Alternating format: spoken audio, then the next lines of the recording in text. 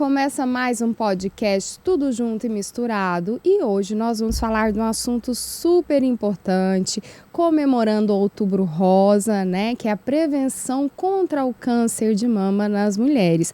Para falar sobre o assunto, eu estou recebendo a doutora Jaqueline Amaral, que é presidente da Sociedade Brasileira de Psico-Oncologia Regional de Goiás. Tudo bom, doutora? Tudo bom, obrigada pelo convite, Débora. Que bom a gente poder falar isso para mais pessoas, porque o câncer de mama é o que mais acomete as mulheres no mundo, né? E no Brasil não fica diferente disso. A nossa estimativa são em torno de 74 mil novos casos para esse novo triênio. Olha só, é um prazer receber a senhora aqui hoje. Você, pode falar até você, viu, então. É um prazer te receber aqui hoje. E quais são os fatores de riscos mais comuns para o desenvolvimento do câncer de mama, doutora? Nós falamos hoje muito dos hábitos saudáveis de vida, porque nós temos muitos cânceres que são evitáveis pelos nossos comportamentos. Então, o sol é um dos comportamentos que nós podemos evitar em horários inadequados, os hábitos adequados como alimentação. Hoje nós temos aí alimentação muito bem indicada, né, para uma alimentação mais natural, aquela alimentação de verdade, a gente fugir muito das alimentações que são embutidas, açúcares. Não é que a gente deva parar totalmente por isso, mas a gente tem que primar mais por esses hábitos mais saudáveis, vegetais, folhas, frutas.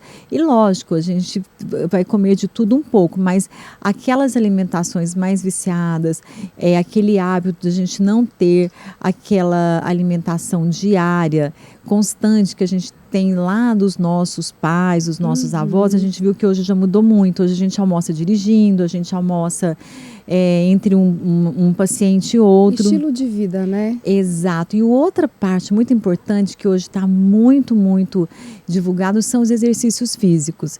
Então, hoje nós já temos artigos, né, nas várias revistas indexadas, que o exercício físico, no mínimo 150 minutos por semana, ele já é um fator que nos previne do câncer. Olha só! Isso, ele é preventivo. Então, fazer exercícios físicos é essencial para qualquer tipo de doença, dentre elas o câncer. O câncer também, isso. Oh, que legal! E não só para prevenção, ele é importante. Hoje nós temos uma pesquisa no Irã que fala dele para durante a quimioterapia, que o paciente ele se recupera mais rapidamente, e pós-tratamento também na reabilitação. Então, o exercício físico hoje a gente não pode deixar de fazer. Que ótimo! E como que o diagnóstico de câncer, ele afeta, o câncer de mama, né? Afeta emocionalmente a mulher? Isso é muito importante porque nós, no mundo ocidental, a gente vive como se a gente não fosse morrer. Então, geralmente, a gente vai ter a ideia que nós somos finitos quando a gente recebe o diagnóstico de uma doença que ameaça a vida, como, por exemplo, o câncer. Então, nesse momento, muitas pessoas podem reagir de uma forma, porque eu sempre fiz tudo certinho, sempre fiz exercício físico, sempre alimentei corretamente, dormi adequadamente. Não quer dizer que fazer tudo certinho, tudo vai dar certo. Quer dizer que a gente está trabalhando uma atividade preventiva e que isso vai melhorar muito as nossas chances de cura, né? Então, principalmente quando o câncer é detectado a tempo. Porém, como para a maioria das pessoas é o primeiro momento que ela percebe que ela é finita, que o corpo ele realmente é perecível, a gente geralmente não percebe porque o Brasil, principalmente, nós temos uma cultura de beleza muito grande, né? Então, aí a gente vai se deparar com que, às vezes, com uma retirada de mama, queda de cabelo, queda de cílio, sobrancelha. Então, tudo isso vai alterando na autoimagem da mulher. Agora, na imagem, né? Porque a autoimagem depende muito de como ela se vê. Então, esses fatores são muito importantes num diagnóstico de câncer. Por outro lado, existem mulheres, e porque não são somente mulheres, 1% dos homens podem ser acometidos pelo câncer de mama, que encaram a doença de uma forma diferente. Elas preferem não usar perucas, preferem nem usar lenços, por quê? Para realmente mostrar para a sociedade que existe vida junto com o tratamento. Então, a gente vai precisar ver com cada pessoa aquilo que é importante para ela naquele momento. Tendo um sofrimento, é muito importante que a gente aborde tanto o paciente quanto a família para entender quais são os valores que vêm diante desse sofrimento. E não é uma sentença, né? Porque antigamente quem recebia, principalmente a mulher, né, um diagnóstico como esse, achava que era uma sentença, né? E hoje em dia há vários tratamentos, não há? Muito, muito. Principalmente os cânceres que mais acometem os homens são de próstata e mulher de mama. Existem uma infinidade, né, de a gente ver drogas e drogas sendo criadas a cada ano, mas os tratamentos básicos são a quimioterapia, a radioterapia, imunoterapia, às vezes a cirurgia, lógico, né, também. Então, isso vai depender muito do tipo de câncer. Então, por isso a importância de nós, mulheres, homens, né, também, estarmos sempre em dia com as nossas prevenções. Porque ali a gente vai saber bem no iniciozinho se está acontecendo alguma mutação que possa ser cancerígena. Quanto mais cedo, melhor.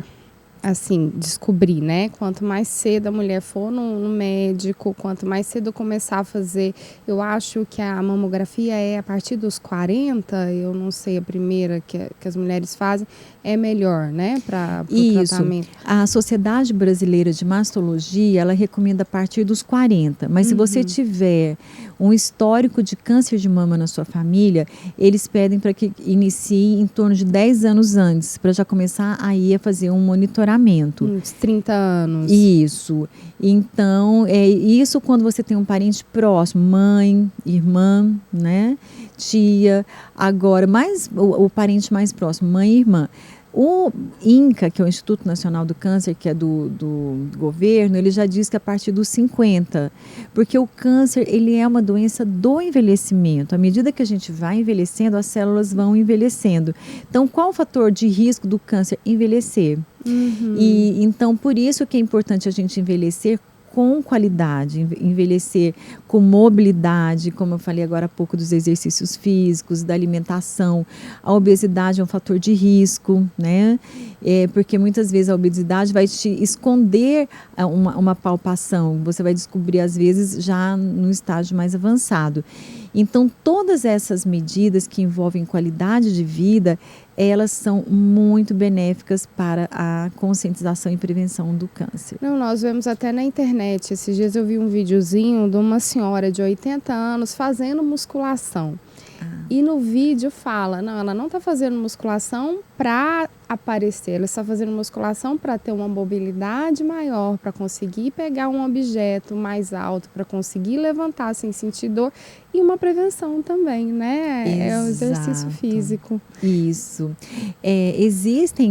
Tem tantos estudos na área de educação física, existe um tipo de, não sei se é enzima ou coenzima, que quando você faz o exercício físico no seu limite, ou seja, aquele exercício que você não consegue conversar nem com o seu colega da academia, é aquele momento que o seu corpo está produzindo essa enzima, que ela é uma protetora para o câncer. Então, cada vez mais a ciência vem mostrando isso, né, que o movimentar-se, o que você ingere, o que você pensa, tudo isso a gente está falando de um ser integral, e isso faz parte dessa qualidade de vida e é preventivo para qualquer tipo de doença, inclusive o câncer. Quais são os desafios que a mulher, quando está enfrentando um tratamento, independente dele, quimioterapia, imunoterapia, quais são os desafios psicológicos, emocionais e físicos que essa mulher enfrenta? É muito individualizado, vai depender muito de como que essa pessoa viveu as dificuldades na vida dela, né? Então, se uma pessoa viveu a vida dela sempre pautada em não perceber a questão de que somos humanos, que a cada etapa a gente tem perdas, né? Se a gente olhar para trás, a gente não faz mais o que a gente fazia aos 15, aos 20, né? Então, de ir vivendo conforme o nosso desenvolvimento, a pessoa pode ter uma dificuldade de aceitar que o corpo está tendo uma resposta diferente a uma doença. Outra questão é a questão da autoimagem, a pessoa que não quer de jeito nenhum perder o cabelo, e não são todos os tratamentos que vão ter queda de cabelo. A gente vê né? na mídia pessoas pessoas famosas que fizeram tratamento e que não chegaram a perder o cabelo. Então tem tratamentos que não perdem. Isso, vão ter quimioterápicos que não vão atingir essa área do corpo, né? Vamos dizer assim, o couro cabeludo vai ficar mais preservado. Hoje a gente tem as toucas geladas que vão também ajudar. Então vai depender muito de como que essa pessoa está chegando no tratamento. E se desde o início ela está sendo acompanhada por uma equipe especializada, e no lugar, o Google é muito interessante, mas o Google está ali para todo mundo, ele não está falando de caso a caso, né? Então, se a pessoa consultar e souber o que ela pode fazer dentro das suas possibilidades, como que é o desenvolvimento, por que pós-quimioterapia algumas pessoas se sentem nauseadas, outras não, porque dos cuidados, porque muitas vezes isso pode ser interpretado como doença. Eu já tive pacientes que fez a quimioterapia e começou a passar mal, já quis se internar. E é um processo natural da quimioterapia ter um leve mal-estar. Então, uma comunicação bem eficiente com a equipe é importante. Esse sofrimento, ele sendo trazido para a equipe de psicoterapia, também é bom. Isso, eu ia perguntar agora. Mas antes de entrar nessa pergunta, você falou uma questão muito importante. A gente precisa aprender que a vida tem suas etapas, né? Tem seus períodos. Para tudo, não só para a questão de doença, né? Para tudo. Hoje até aconteceu um negócio comigo que eu achei muito interessante. Eu tenho uma filha, ela tem 10 anos agora, e antes eu comprava roupa e sapato de criança. E hoje ela me pediu um All-Star. E tava eu na loja experimentando um All-Star do meu tamanho, né? Porque ela tá calçando já o meu número. Tá dividindo com você. Aí eu falo, gente, até ontem eu tava comprando roupa de criança, hoje eu já tô comprando roupa de adolescente, uma pré-adolescente, um sapato de pré-adolescente. Então são as etapas da vida que a gente tem que aprender a encarar, né? Que todo mundo passa. Isso, e quem tem filhos é tão mais fácil de perceber, né? Porque de repente você está com a sua filha dependendo de você para ir para a escola, de repente ela vai para uma festinha com as amigas, né? Aí de repente, mãe, eu quero fazer unha, então você fala, gente, ela é tão pequenininha, como que já está? E isso acontece com a gente também, mas nem tudo são somente perdas, vamos assim colocar, porque a gente também tem os ganhos com a nossa experiência de vida, né? Nós podemos aprender a lidar melhor com os estresses, saber que cada dia é um dia, que nada é melhor que um dia após o outro, que cada pessoa tem a sua diferença. Não é porque eu conheço uma pessoa que fez um tratamento e esse tratamento foi muito difícil aos olhos daquela pessoa, que vai ser da mesma forma para outra pessoa. Então, isso tudo a gente vem dessa experiência, né? E também de perceber o quê? Que a gente tem que viver cada dia um dia mesmo, de né? cada vez. Amando com os nossos familiares, com as pessoas que são interessantes, para as pessoas amigas, que isso mesmo é o que é interessante na vida. Porque um trabalho é muito bom, isso traz qualidade de vida. Mas a gente tem que ter uma vida fora do trabalho também.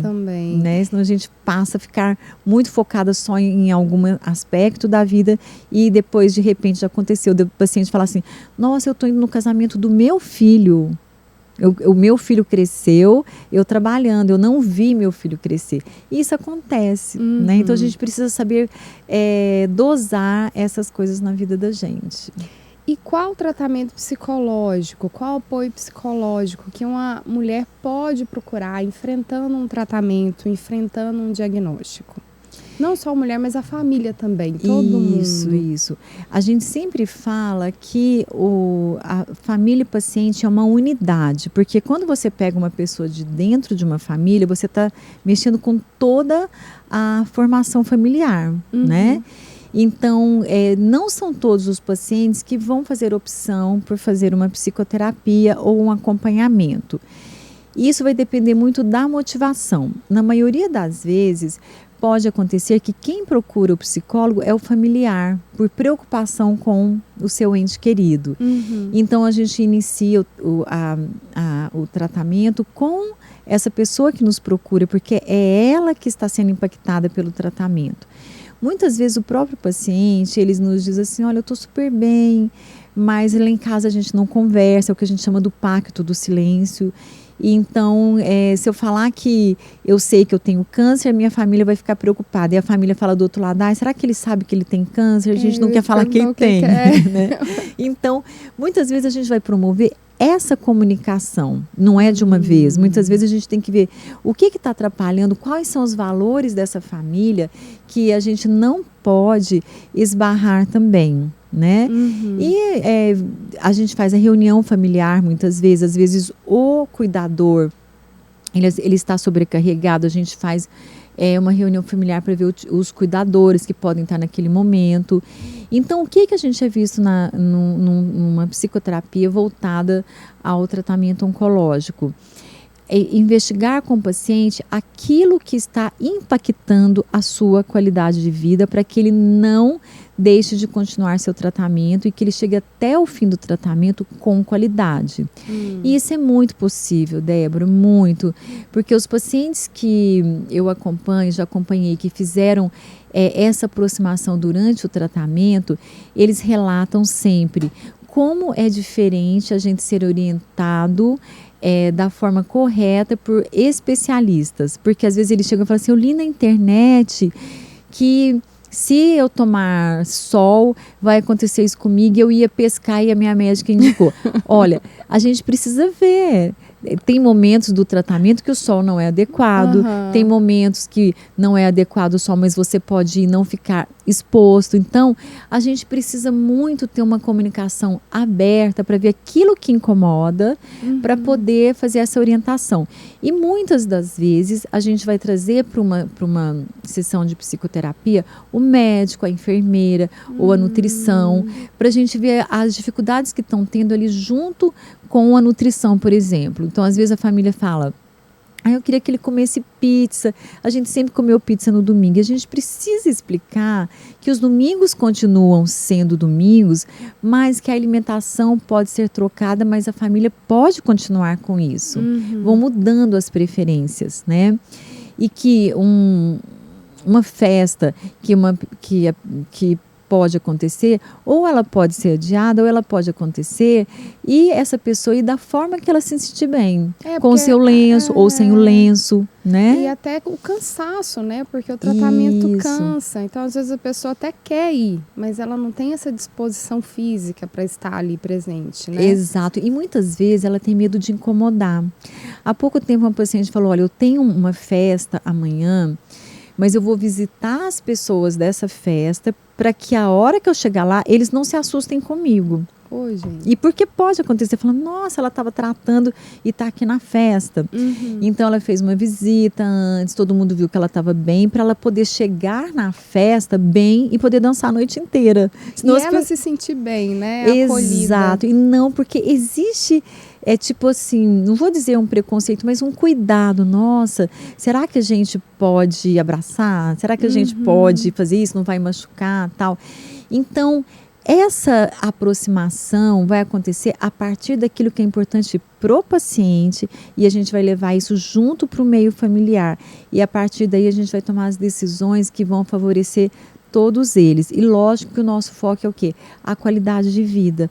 Principalmente de quem está tratando, né? Da gente trabalhar ali com essa pessoa, aquilo que vai fortalecer e não tirar forças. Isso mesmo. O que pode... Acontece muito, que eu já vi durante o tratamento. A pessoa começa a fazer o tratamento e os problemas começam a emergir a partir dali. Eu estava num processo de separação e falar, já vou aproveitar que não está bem, vou separar. Sempre a gente recomenda que essas mudanças bruscas não sejam feitas durante um tratamento, porque mesmo não estando no tratamento, é um processo que tira muita energia, né? Que são muitos probleminhas, são muitas outras questões. Então a gente consegue intermediar, né? Já que está aguardando isso há 20 anos, há 10 anos, Espera aguardar mais um uns pouco, meses, espera que a pessoa esteja bem e faça isso no momento que ela esteja mais fortalecida para isso, né? E como que a pessoa pode, assim, conscientizar a sua comunidade local, as pessoas em volta da prevenção? Esse é a nossa meta do Outubro Rosa, né? Da gente primeiro conscientizar que todas as pessoas precisam participar de prevenção. Outubro Rosa, a gente está falando de mama, a gente tem as cores da prevenção o ano inteiro, né? O mês que vem a gente entra no Novembro Azul. Como que eu devo me conscientizar? Que quanto mais cedo eu fizer os meus exames de prevenção, mais rapidamente um diagnóstico pode vir a aparecer. Se for o caso, o tratamento vai ser menos invasivo, ele vai ter menos intercorrências desse tratamento. Existem casos que, às vezes, uma leve cirurgia, quando eu digo uma leve cirurgia, assim, uma retirada de um quadrante de mama, aí não precisa fazer químio nem rádio, porque foi visto a tempo, né? Então, é a gente conscientizar e não ter medo de fazer os exames. Fazer sempre, anualmente, a mamografia, fazer o toque, fazer o ultrassom. Quem vai nos orientar é o especialista. Se tiver que anteceder, como a gente falou agora há pouco, o especialista que vai dizer, olha, se você tem casos na família ou a questão hormonal, uma série de coisas que tem que ser vistas, o especialista vai dizer o momento certo. O que a gente deve fazer é estar em contato com um especialista e que a gente confie nele, né? Mas é assustador, porque eu falo por mim, quando eu fui fazer meu primeiro exame, a primeira mamografia, eu não tinha caso na família e eu já fiquei assustada. A gente fica assustada, assim, não é assustada, como que eu falo? Não é apreensivo, né? Apreensivo com o resultado, apreensivo com o exame em geral, né? Às vezes, se fossem explicado melhor como que é o exame na mídia, para a pessoa já saber o que esperar, às vezes resolveria também, né? Assim. Sim, sabe que a gente fez uma pesquisa uma vez no serviço, eu fiz com as minhas estagiárias justamente isso, aquelas pacientes que entravam para a mamografia e sentiam muita dor e não conseguiam terminar o exame, a gente fazia um questionário para entender o que estava assustando mais. É justamente isso que você falou. É um exame que a gente faz raramente e a gente faz na cabeça da maioria das pessoas para detectar o câncer, mas a gente pode mudar a forma de ver. É para prevenir o câncer, né? É desconfortável? Mas ele não dura 10 segundos, né? Porque é tão rapidinho. Então, essas explicações são importantes, elas precisam ser elucidadas para o paciente e o paciente mudar a forma de perceber que eu estou indo ali para me prevenir e não para achar. Se achar, é uma sorte, né? É muito melhor nesse momento do que posterior com outros sintomas que possam vir a aparecer. E, por exemplo, a pessoa já teve o diagnóstico, está fazendo o tratamento e desencadeia uma depressão, desencadeia uma ansiedade por falta de informação ou pelo susto mesmo. Qual é o tratamento psicológico melhor para ajudar a pessoa a sair disso? Porque aí vão ser duas doenças graves sendo enfrentadas, né? Isso, aí a gente vai precisar diferenciar se é uma depressão ou se é uma tristeza. A tristeza ela é existencial, né? Eu estou passando por isso, eu não queria estar passando por isso, eu estava num momento muito bom na minha vida, a gente então, por isso a importância do especialista. A depressão, ela já tem sinais e sintomas diferentes de uma tristeza. A gente sentir tristeza é humano, a gente sente, a gente fica triste. Eu não preciso medicar para qualquer tristeza. É normal, né? Um dia a gente está mais alegre, outro dia pode acontecer alguma coisa que que tire essa alegria toda, é uma tristeza normal. Isso, aí a gente vai poder avaliar isso junto com o profissional. Agora, se é algo que está atrapalhando a qualidade de vida da pessoa, ela, vamos supor, ela não consegue conciliar o sono, isso está atrapalhando fazer qualquer coisa, porque a hora que ela entra no carro, por exemplo, para ir trabalhar e pensa assim, eu estou fazendo um tratamento, será que vai dar certo? Começa a vir aqueles pensamentos recorrentes, aí sim a gente precisa fazer uma avaliação, nós vamos fazer inclusive com o psiquiatra, nós psicólogos vamos pedir uma avaliação, vamos colocar a nossa hipótese depois da nossa anamnese, para que veja se é uma tristeza ou uma depressão. Se for depressão, o médico especialista para essa área é o psiquiatra. Mas, na maioria das vezes, os pacientes que eu atendi, que vinham com uma queixa de tristeza, muitas vezes tinham uma motivação, não tinha com quem conversar sobre isso. Agora você me explicou muito bem, eu entendi. Então, é isso que eu estou sentindo, faz parte do tratamento? Faz. Ou, eu me lembro de uma paciente que ela não podia colocar, ela adorava de manhã colocar o leite na chávena e pôr no micro-ondas. Aí ninguém deixava mais ela fazer isso. Ela falou, eu estou morrendo. Uma coisa que eu fiz a vida inteira é pôr meu leite no micro-ondas, depois colocar um cafezinho no leite, aí ninguém deixava ela fazer nada, levava tudo na cama, então a pessoa achava que estava escondendo alguma coisa. Então, quando a gente traz a preocupação, a gente já consegue mapear ali, isso é uma tristeza ou está muito voltado a uma depressão.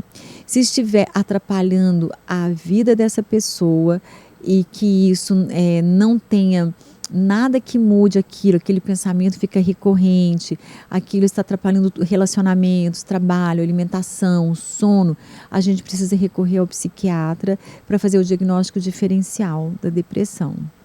E quais são as tradições de mulheres que a gente precisa superar, que elas superaram as questões da autoestima relacionadas ao câncer de mama?